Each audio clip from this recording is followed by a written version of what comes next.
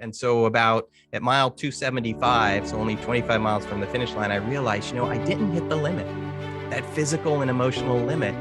And it started to kind of, waking me up. It's like, maybe those limits are further out than we think they are. And maybe we're putting limits in our head that are holding us back. Little problems are hard to see, but easy to fix. Big problems are easy to see, but hard to fix. Yeah, so the epic performance, kind of where that came from, those are 5 pillars. So the E in epic, stands for envision. How do you envision the big things in life and at work that you want to accomplish? P is, how do you put a plan in place in order to accomplish those things? I is, how do you iterate toward accomplishing that? C is, how do you collaborate? Right, and the last is, you have to go out and perform it. So that's the epic performance. How many of us have learned, actually truly know the limits to our potential? For some, they can say they know it, while for others, we've yet to discover that. And the thing is, we tend to play it safe for the most part, don't we? So let's face it, if there isn't a need to challenge ourselves, well, why are we going to do that? But here's the kicker. When we think back on the times when we persevered and we've actually pushed ourselves to achieve something that we thought that was either going to be too difficult or impossible, we discovered that we were made of much more than we had ever imagined. Well, today we're going to dive into peak performance and what that looks like, feels like, and sounds like. Now, before I get into all that, I just want to say to have you reminded to hit like, subscribe, and share on your favorite platform so you can stay updated on the latest content, as well as helping me spread the Awakened Man message. And for that, I just want to say I'm truly grateful. So let's get on with today's episode. The average man today is sleepwalking through life, many never reaching their true potential, let alone ever crossing the finish line to living a purposeful life. Yet, the hunger still exists, albeit buried amidst his cluttered mind, misguided beliefs, and values that no longer serve him. It's time to align yourself for greatness. It's time to become a revolutionary man. Stay strong, my brother. So welcome to the Revolutionary Man podcast. I'm the founder of the Awakened Man and your host, Alan DeMonso. So do you know what your peak performance actually looks like? And when was the last time that you challenged yourself to that higher level? Listen, I really recognize that we're all wired differently and to some extent, but I believe that deep down we have the same drive, this drive or calling to find out what we are made of.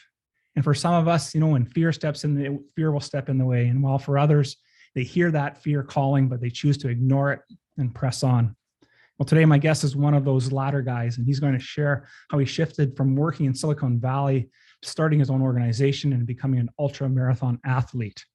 So let me introduce Bryan Gillette.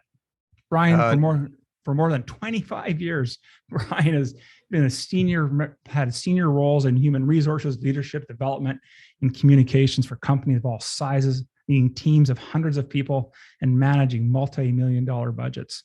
He's also the founder of the Summiting Group, I should say, a consulting firm that helps leaders and teams reach their peak performance. Now, Bryan knows a little bit about peak performance, as he's also an endurance athlete, as I had just alluded to, and he's actually completed a 300-mile bike ride in one day. Now, that's not a motorbike. That's one with pedals.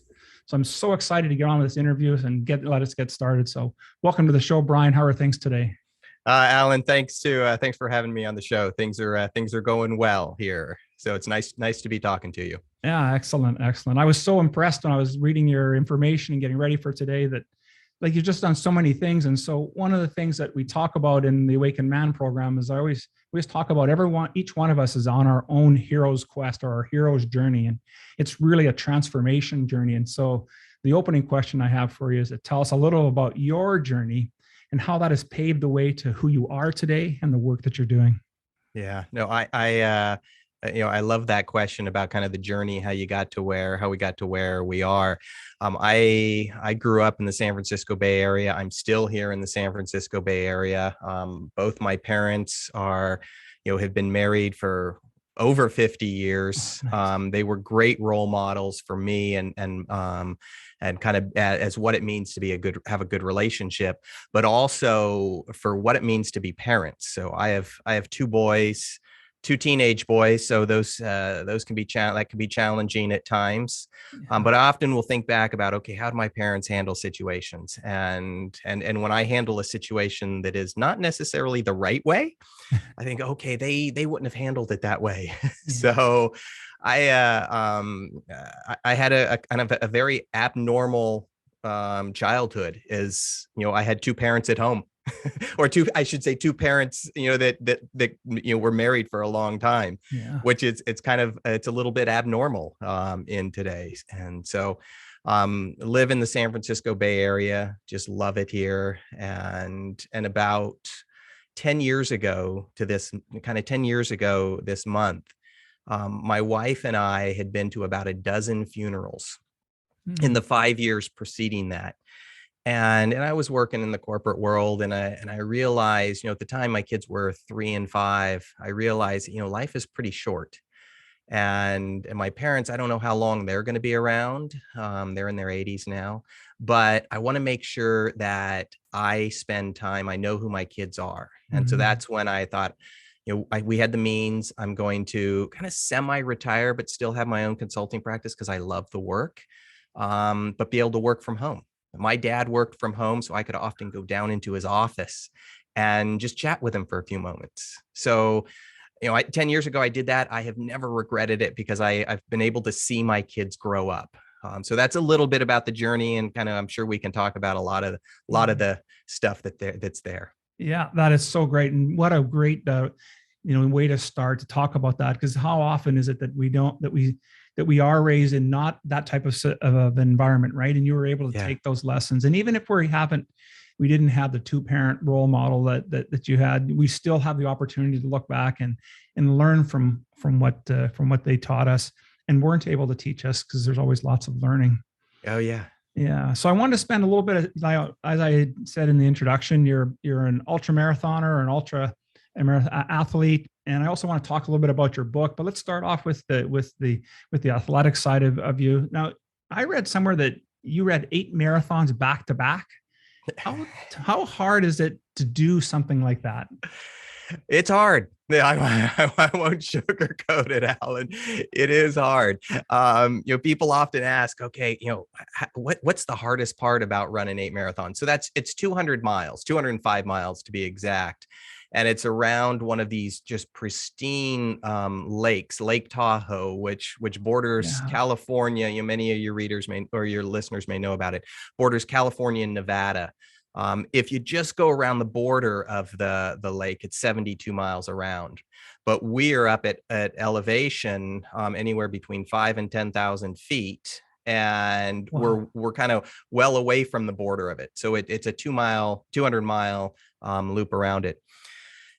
When people ask what's the hardest part, and for me, the hardest part was getting to the start line, because you spend a year of really dedicated training and working hard and getting up at 3 a.m. to go for a run.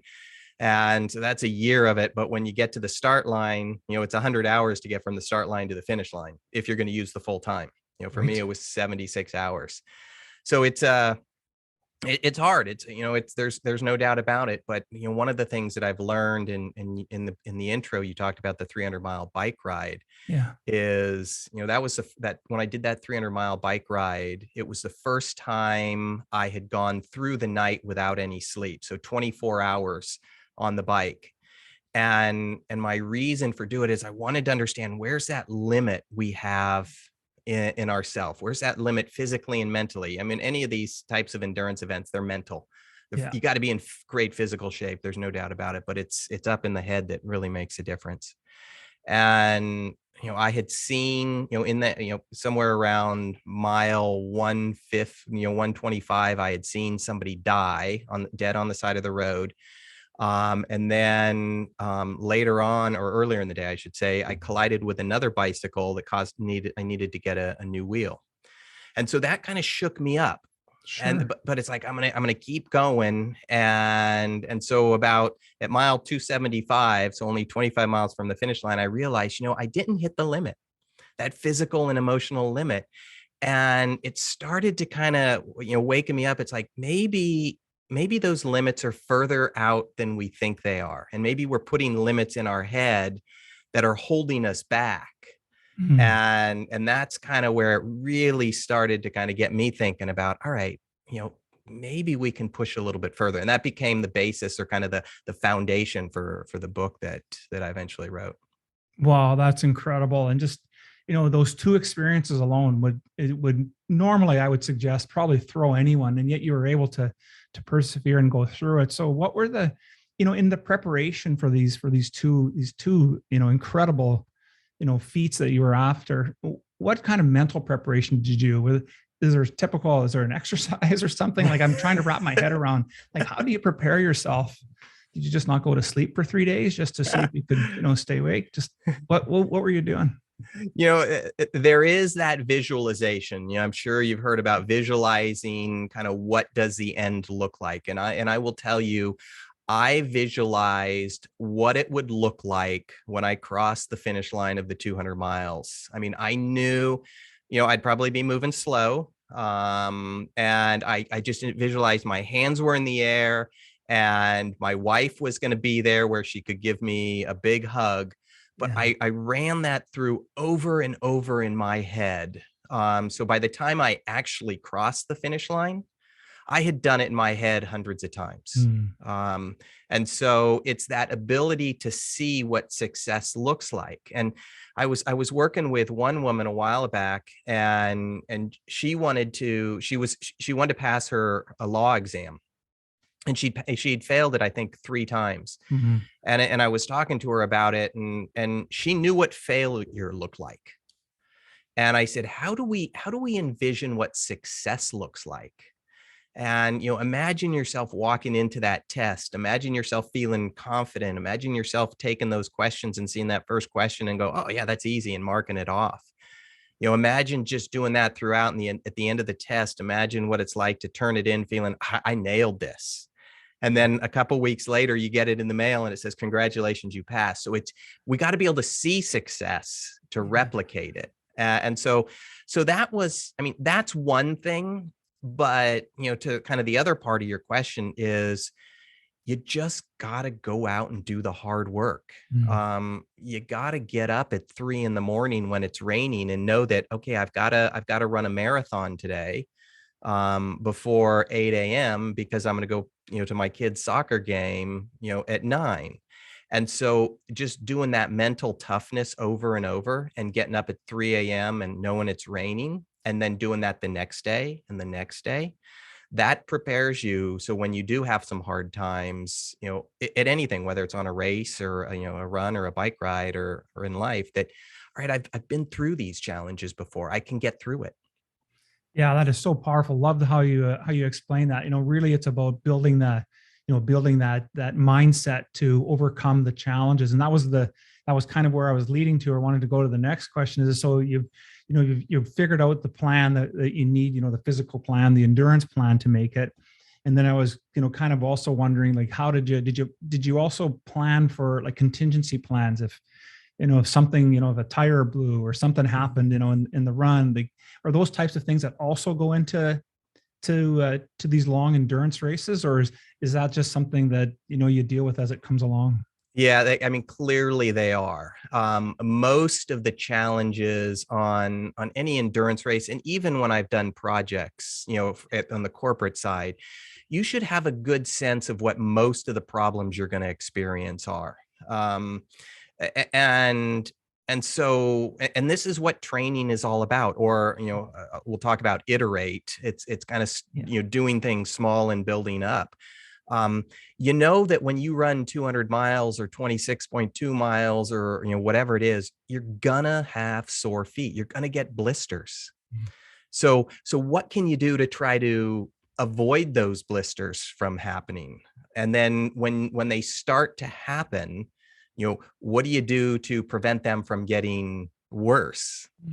One of the quotes I often like to, say is, little problems are hard to see, but easy to fix. Big problems are easy to see, but hard to fix. So how do you identify those small problems early on and then fix them before they get to be big problems. The most, when I did the 200-mile run, I had a good sense of what the big issues were going to be. I was going to be tired, just lack of sleep. If I had problems with my food, because when you're eating every 45 minutes for 76 hours, you get tired of eating the same stuff. And your body will tell you when it's done. And so, at some point, I'm probably going to throw everything up. And then your stomach is empty and you can't move on an empty stomach. So how do you get some quick stuff in your stomach and then start to work on some longer things, like a peanut butter that's got a lot of fat that can move you. Right. So most of the problems I experienced, I was ready for. There was one that hit me completely out of the blue. About 4 days before the race, my wife got a diagnosis that she could have cancer. I mean, she'd gone in for her mammogram. The results came back, about 4 days before, and it said, "Hey, we see something. We'd like you to come in again and take another test." And that was not anywhere part of the training plan. I can plan a lot of problems, or look at a lot of problems. That was not one. And we talked about, do we continue the race? Do we not? Because whenever you do something like this, it's not a one person job. You need a spouse that is so supportive. And so 2 days before the race, we went in for another test, and they said it's probably, so that was on a Wednesday. And as we were driving up to Tahoe for the race, that started on Friday, and they said, we probably won't know the results until Monday or Tuesday the following week. So I was leaving for this race. I was going out in the wilderness, not knowing what was going to happen. And so, I mean, it's emotional now to talk about, but it's like, okay, we have planned for this. This is just one obstacle. There's nothing I can do about it. So control what you can control. And the other stuff that you can't control, try to put it aside for a little while. So there's a lot of mental things that you can do to kind of prepare. And you can try to predict as many of the problems before, but sometimes something pops up and it's like, I did not plan for that. Yeah, no kidding. And especially something like that kind of news, right? And just the, kudos to yourself and your wife for persevering through that moment. Cause who would begrudge you for saying, at this time, timing's not right. And I'm not going to move forward, and I'll do it again at another time. But, and the resilience that you have as a couple to be able to, pursue that and go through it is just incredible. I just wanted to say kudos to you for that. Well, and a big credit to my wife, because she said, there's nothing we can do about this, hon. The results, if we get them back on, today, or we get them back on, we're not going to know them until the race is done. So you might as well go do it. And I talked to my crew. I talked to my crew beforehand. And so at certain points, you can have somebody that runs with you. And they kind of make sure that you're a little bit, mentally prepared to keep going. And so I told one of my crewmates, I said, here's what's going on. I said, we don't know what's happening with my wife. And at any point I just may lose it. I just may start crying. I just may need something. And I have those list of things that when it gets bad, it's like, okay, I can do this. So there are those things that I know, here's what I need. Let me get those things. And that'll help me moving forward. Yeah, for sure. Right on. So one of the things you kind of touched on a few things here, but I was wondering, again, as we dive into a little bit more about the mindset, and then I want to get into your book, but obviously there's opportunities here where you had already faced where, really the chips are down for you. And you may be struggling with wanting to move forward. So how did you keep going? What were some techniques that you used? How were you able to keep yourself going? Yeah. There's a number of things. I mean, one of it is kind of look at what you have control of. It's like, okay, I had no control of that situation, or,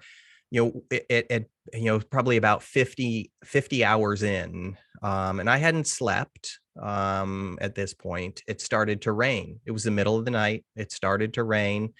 I have no control of the rain. What I have control of is whether I just kind of turn sour or, you know, and I just kind of grumble about it, or it's like I can put on, you know, I have an emergency rain jacket, a light jacket, I can put it on and I can keep moving forward. So there's nothing I can do about that. Um, it's being able to look at, what do I need right now in order to keep me moving forward? You know, at one point I remember, so, you know, in California, unfortunately, one of the seasons we're now starting to have is a smoke season, because we have wildfires that are going on all the time. And there's one right now burning in Yosemite, which is one of the, you know, pristine national parks in the area. Yeah. And at the time, the summer I did this race, there was a fire that was not far from the Tahoe area, and it was there was a lot of smoke in the air. And I had the trails are really dusty. So you're breathing in, you know, that dust a lot, and then the smoke. And so you lose your voice. And I remember, you know, halfway through, well, probably about 125 miles in, my voice was totally gone. And all I needed, or all I wanted, was some throat lozenges. And so I told the guy that was pacing with me, I said, call the crew, tell them at the next aid station, I need throat lozenges. So that's what I need in order to get through it. You know, the other thing is knowing what are those things that will pick you up. You know, so 70 miles in, when I just started crying thinking about my wife, you know, it's like one of the things that picks me up is if I listen to music. And I have a playlist that I only listen to. It's my favorite songs. I only listen to it when it's really bad. And I call it Run Bad. So I will play that list, and it's when I play it, things aren't well. And it's like, okay, that picks me up. Yeah. You know, and then kind of one other things is, you know, focus on why are we doing this? You know, what is the why? What's the reason? So, you know, part of it is focus on what do I need now? But then the other thing is focusing on the why. What is it, the bigger reason? So focus on the big picture of, you know, here's why I'm doing this. So there's just a number of things that I will use to okay, what do I need now? Well, you know, how's this going to keep getting me through it? And by going through the training, hopefully you've experienced these lows. So when you experience them on race day, it's like, okay, yeah, I've experienced something like this. I know I can get through it. You know, you know, one last story. I remember I was training, and I had to do 4 long runs in a row over days. So I had to do Sunday, I had to run 30 miles. Monday, I had to run 30 miles, Tuesday, 30 miles, and Wednesday, 30 miles. So 4 days in a row. And on the third day, you know, I was 10 miles into it. It was hot. I was tired. I was whining. I was complaining to myself. And this was just a training day. It was probably 90 degrees out. And I thought, you know, I'm having a bad day. And then I thought about a friend of mine who was diagnosed with cancer, going through cancer. And I thought, you know, any pain that I'm dealing with is temporary and hers isn't. Yeah. So I really don't have, she's going through a lot more, and she's owning it, and she's surviving. It's like, I have nothing to worry about. You know, I can suck it up and keep moving. Yeah, no kidding, right? Especially when you have that as a comparison. And what I really like what you're saying, and the message and that I'm getting from you is that you're really about trying to stay in the moment. Yeah. And be as present as possible, because that is the only thing we can control, is what's right in front of us. And I think how many of us, and it's why we get, you know, I talked about in the intro about this fear piece that comes up, because I think we as humans, we're just naturally inclined to awfulize the thing that we're trying to go after, right? It's like, oh, all these bad things are going to happen. And that's all that we can think about. And we don't realize, well, what's the one thing I do have control of? And it's right in front of me. Like you said, something as simple as I just need some throat lozenges. That's all I need. Yeah. And you can take that, put your next foot forward. And we're just get lost in, you know, in space almost, of being so fearful. I mean, it's a great point, Alan. And for the book, I interviewed 100 people, 100 Yeah. executives and ultra distance endurance athletes. And I was talking, about this subject with somebody, and this guy, he was a founder of a company. He ended up selling it for $4 billion. Poor And guy. so and I worked for the company. I worked for him. He was phenomenal, and he deserves everything he's gotten. And so he's also this really amazing expert skier, and he travels all over the world skiing. And I also talked to his ski instructor, who is a kind of a high level professional ski coach. And so we were talking about that risk, that fear factor.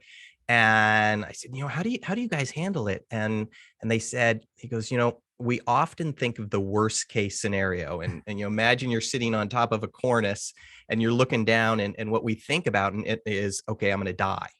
I'm going to fall. I'm going to go off the cliff. I'm going to hit a rock and I'm going to die. So we're really good at thinking about the worst case scenario. And he goes, what I like to think is, what's the realistic worst case scenario? Because a lot of things have to go wrong for the worst case scenario. It's not one thing. It's a multiple number of things that have to go wrong for that worst case scenario to hit. Yeah, no kidding, no kidding. And a great segue into your book. So I was getting a chance to just browse through it there, and I love the title, Epic Performance Lessons from 100 Executives and Endurance Athletes on Reaching Your Peak. And so I wanted to really dive into and find out, like, what did you learn from these folks? Like, what are they doing really well that the average guy or the average gal isn't doing? Yeah. So the epic performance, kind of where that came from, those are 5 pillars. So the E in epic, stands for envision. How do you envision the big things in life and at work that you want to accomplish? P is, how do you put a plan in place in order to accomplish those things? I is, how do you iterate toward accomplishing them? So you don't start off running 200 miles. My first, I remember going out when I started training, and I did a 4-mile run, and I came back and my legs were really sore. So you start off a much shorter run and then you build up to it. So that's what iterate is. C is, how do you collaborate with other people? Somebody's done something like this before.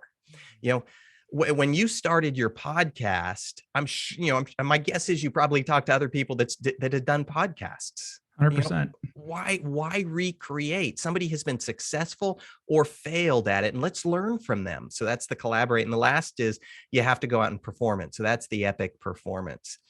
And what I learned from kind of these 100 people is, nobody's great at all 5. And so they're probably good at maybe 2 or 3. So I tried to take, the best of the different elements of, the people that are good at envisioners, the people that are good planners, and be able to bring those in. And so, with all types of training is, we often think, what am I bad at? Let me focus on that. And there's another view of, what am I really good at? And let me get a little bit incremental. Let me get incrementally better at that. You look at Usain Bolt, who is the fastest man on the planet, for running.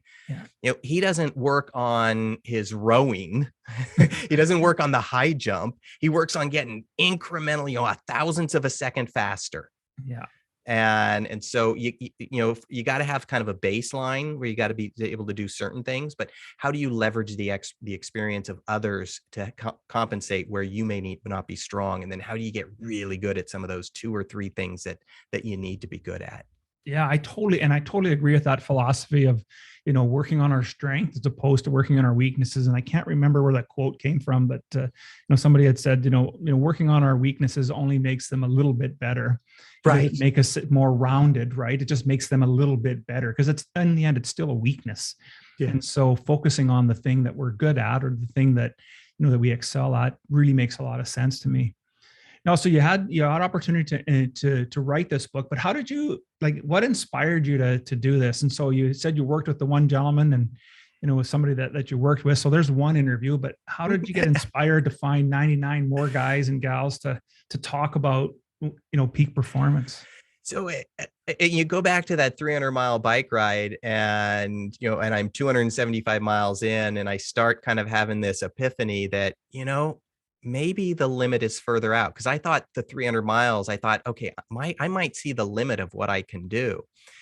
And when I realized, I haven't seen the limit, I thought, okay, there's something here. And I remember when I was 20, writing kind of a list of goals of things I wanted to accomplish. And one of them was write a book. But you got to have something to say. Or I wanted to make sure I had something to say. I guess you don't have to have something to say if you're going to write a book, but I wanted to make sure I did. And so, that bike ride started getting me thinking. And then, my wife and I, we've taken 2 long kind of, sabbaticals, I should say, and traveled around the world. Once when it was just the 2 of us, we did 7 months and traveled the world. And then we did it a couple of years ago with our, at the time, 9 and 11-year-old boys. We spent a year. And before we were getting to leave, I had a number of people came up to us and I remember we were at a going away party and they said, I could never do that. Meaning that they could never go, travel around the world for a year. And I thought, God, that is so, is it you could never do it or you don't want to do it? And there's a big distinction. And I think sometimes we say, I can't do it. It's like, there's a lot of excuses we can use. So between the 200-mile run, the bike ride, I started thinking, okay, there's a book here. How do you push yourself further to your limits? And I knew what I did, but I wanted to learn from other people. And I just kind of put let me talk to 100 people. I'd like to tell you, Alan, that there was this great scientific, and a lot of thought putting into, how I got to 100. And it's like, I want to talk to 100. And so I looked at my database, and about 60% of them I had known or somehow was easily connected to. And then the other 40%, every time I would have an interview, I would say, hey, who should I talk to? And they would connect me up. And so I thought, all right, how many people am I going to have to ask before I can get 100? And the answer is 102. Only 2 people said no to me, which blew me out of the water as well. I mean, that was a big learning thing. And, Sure. and so I just loved doing the interviews. I mean, I learned so much. And, that's what I talk about. I bring out their experiences and my experiences in the book. Yeah. And that's what I really like about the book is that you have all these different, there's so many grains of truth that resonates with all the stories, but they're coming from different perspectives. And I think that's what's so powerful about what you did there. So what surprised you most about these interviews with these individuals, and whether they were an executive or an endurance athlete, what surprised you the most in your interview process? Yeah, I mean, I have 2 things come to mind really easily. One is how easy it was to ask and then hear yes from these people. And it reinforced something, I've always been hesitant at times to kind of ask because I didn't want to hear no. And after doing this, and I knew this intellectually, Alan, but it really reinforced if you don't ask, the answer is no. If you ask, the answer just may be yes. But you have to be prepared for the no. And so that's what, I mean, that was one big thing. It's like, okay, I asked and people loved, doing it. And the other thing that surprised me is, I'd reach out and on the executive side, these were people that were CIOs, CEOs, kind of the top of their function or founders of companies. And then on the ultra distance side, so about 75% of the people were executives, and then 25% were on the ultra distance athletes. So they had done an Ironman kind of, or the equivalent. They had run 100 miles or the equivalent of doing that. And I talked to 2 people who did 7 marathons in 7 days on 7 continents. And what surprised me is I would reach out to these people and say, hey, here's what I'm doing. I'd love to interview you. And so many of them would say, well, why do you want to interview me? I mean, I haven't done anything. And so that humbleness of them. And then I would say, well, you just ran 7 marathons in 7 days on 7 continents. Most people don't do that. It's a pretty big thing. And, oh, okay. And how giving they were their time. And so it's, that I just loved doing that. Absolutely. Isn't that interesting about even for peak performers that they still have that sense of humility, that like, who am I? Why are you want to interview me? What do I bring to the table? Because for them and for all of us, right, we live in our own little world and we can't see the greatness that's within us. And yet we have so much greatness. And so I think that's why the work you're doing with the book and, with the summiting group, I think it's just so critical for today. Yeah. Thank you. I just wanted to touch on also about, you talk about how that it's good for us to be nervous, right? It's the nervousness is okay. And I agree with that, but I want to get your take on why you feel that being nervous is good. It's hard to know, when are you pushing yourself? When are you going outside that zone or kind of pushing yourself? And I think that barometer of being nervous is one way it tells you if you're going outside that comfort zone. So, if I remember I was working, so I facilitate executive retreats, and I work with teams to kind of put their strategic plan together, what their next couple of years are. And I remember I was working with a team recently, and they put some ideas on the wall, and I turned around and I looked at it and I said, "Hey, does this make you nervous? Kind of what you got up here?" And most of them, in a sense, said no. And I said, maybe we got to go a little bit bigger, because that shows that you're pushing yourself further. And when you push yourself, you can probably go a little bit further, but it also gets you outside that comfort zone. And so that's why it's always been a good barometer for me. It's kind of, what's that nervous quotient? And so I remember when my wife and I were trying to decide if we were going to go travel around the world with the kids. It's like, you're taking the kids out of school for a year. We're now in charge of teaching them, and we're going to be, spend a lot of time in, developing world. It's not going to be comfortable. And it's like, I'm nervous about this. And it's like, okay, then it's probably the right thing to do. Absolutely. And just think of the life lessons and everything else over and above a curriculum that your children have now had an opportunity to experience, and how much that has shaped, their world and what their lives are going to be like. I think that's phenomenal. Commend you for doing that.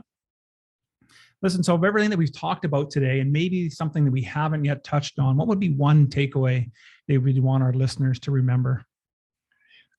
It's, we're on this earth for a finite number of years, and depending on kind of where you stand spiritually, it may last longer. But we know you're on the earth for, on average 70 to 80 years. And how do you spend that time?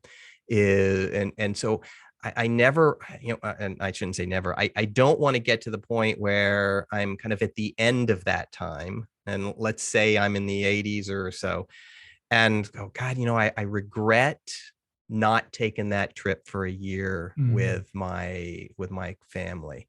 There's a woman who wrote a book called The Top 5 Regrets of the Dying by Bronnie Ware. She's from the UK. And she was a nurse, and she would work with people kind of in their last year of life.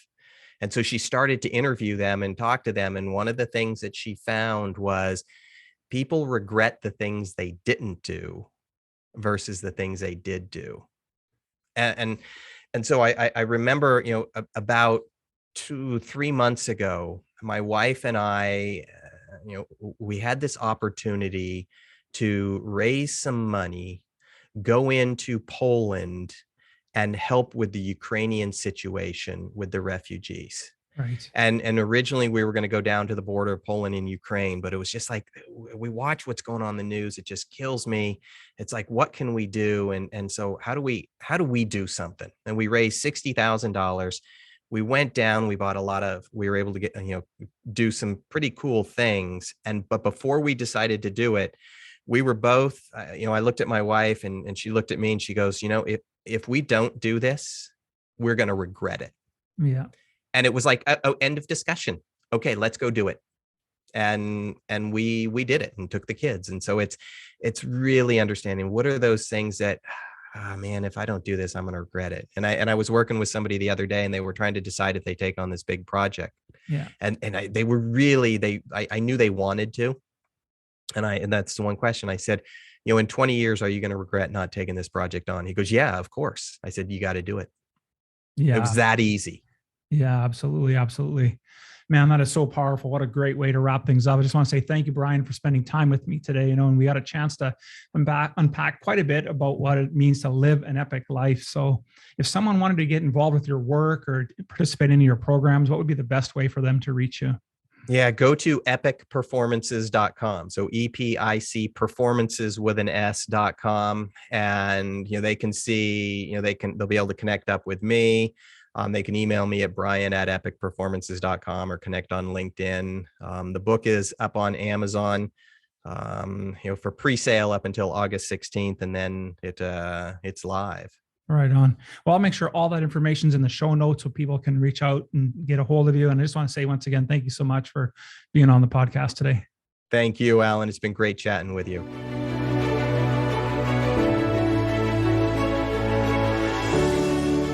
Thank you for listening to the Revolutionary Man podcast. Are you ready to own your destiny? To become more the man you are destined to be? Join the brotherhood that is The Awakened Man at theawakenedman.net and start forging a new destiny today.